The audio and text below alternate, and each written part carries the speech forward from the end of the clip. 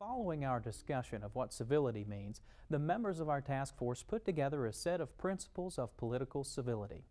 What do we see as necessary in order for government to function effectively?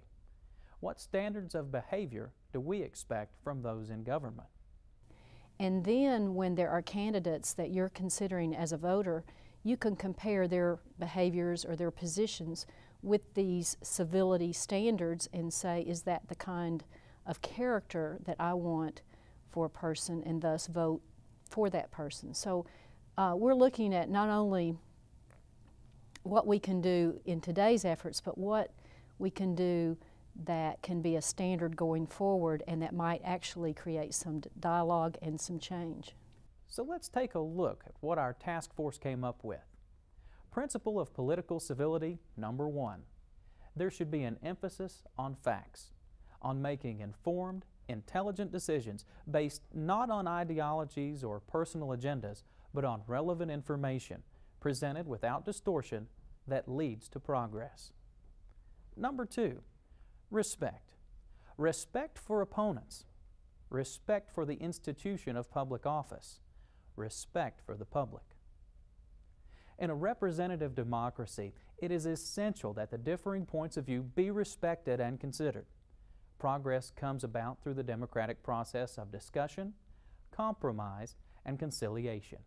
And the end result must be what is in the best interest of the people, the ones that grant the right and privilege to serve.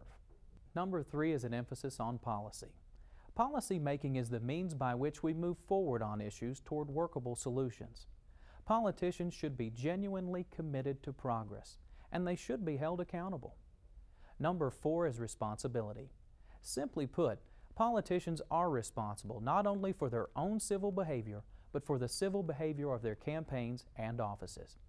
How often have we observed politicians keeping their own speeches and actions civil while allowing those persons that work for them to speak and act contrarily? If the political culture is attuned to the advantages that come to the country when politicians on both sides build that bridge and walk across it, they make politics an honorable profession.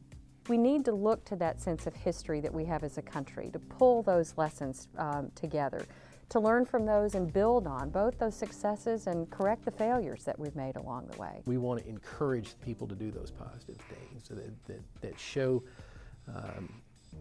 maturity and character and a genuine desire to move the state of Tennessee forward.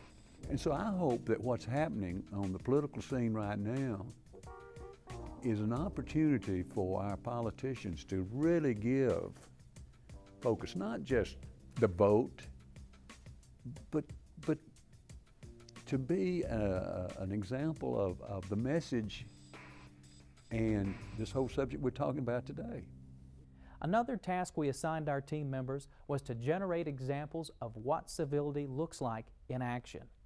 It was widely agreed among us that the media does little to portray the good in government, focusing our attention instead on controversy, competition, and conflict.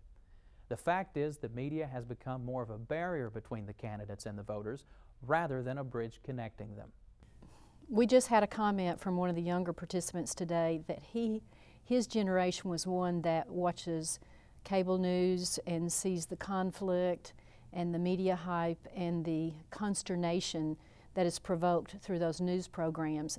And he said, I have not seen national elections that have been cordial and respectful of the candidates. He said, I personally have never seen an election with that kind of demeanor. And we all kind of took a deep breath and realized that that's really been that way for the last 20 years. We invite you now to look at some case studies we provided on this disc to illustrate what we mean by civility in governance. The arrival at civil rights legislation and the Clean Air Act and ongoing efforts to bring about change in our healthcare system. What you will see are the principles of civility put into action, putting the interest of the nation first, reaching across the political aisle, arriving at consensus through debate and compromise based on facts, and bringing about genuine change through policy making. All of us as citizens should give thought to what civility means and what we expect in terms of civility, not only from those who serve us in government, but from ourselves as well.